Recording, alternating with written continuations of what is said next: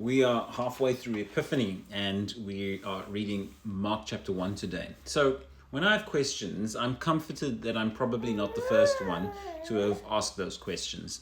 I'm keen to hear what others have thought about it. In reading this week's gospel, I was struck by two things. First, Jesus cast out a demon with one sentence. And then second, Mark's unique way of telling the gospel story. Jesus entered the synagogue in the story and after teaching was confronted by a demon-possessed man. He then healed that man. So the way Mark conveys the story is unique. Mark was Simon Peter's disciple, and the Gospel of Mark seems to have Peter's character like the pacey action of a Jason Statham movie. Mark very likely referenced Peter's eyewitness account of Jesus' life. And by the end of chapter 1, Jesus had done many miracles and was known throughout Galilee. What's striking is that after a quick search, I found that others have asked, why does Mark move so rapidly? And like others, I was struck by that pace. Mark's account felt like I imagined Peter's character. So bear with me on a short history lesson.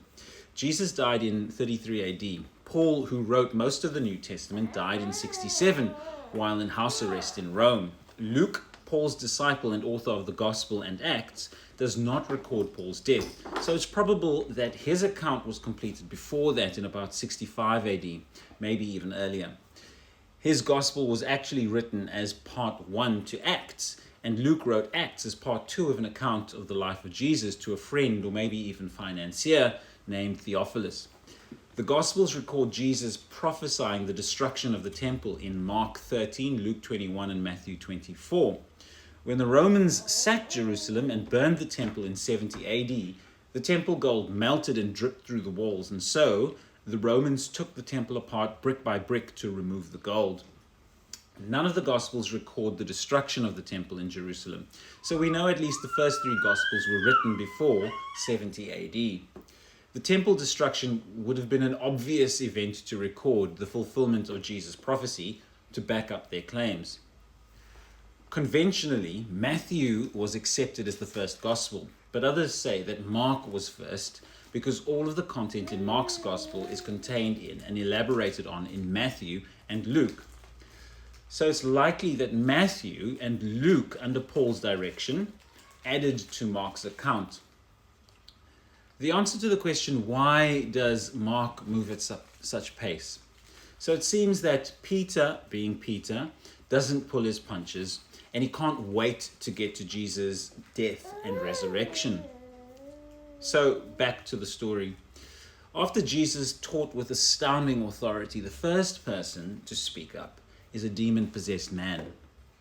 The first person to recognize Jesus' identity is a demoniac, saying that Jesus is the Holy One of God. Then Jesus demonstrates his authority by casting out the demon with a simple sentence. This account is probably not meant to state that the synagogue is demonized, but rather that Jesus had claimed back the space to teach, to heal, and to save. I pictured Jesus walking into a church, teaching with authority, and then being confronted by a demon-possessed man in the congregation. In many ways, we're destined to revisit the clash between the evolving cultural worldview and the worldview that Jesus built. There's just so much in there, and it has been the battle. So this got me thinking about the many times I've heard similar teaching that transforms us and transforms our world. I love hearing older men and women recount stories of their faith and their life and how their faith has endured and through suffering, oppression and malice found a father, a brother and a king. One of the most arresting teaching sessions I've heard was on the Father's heart. That didn't happen at a church, it happened around a dinner table. That conversation will stay with me forever.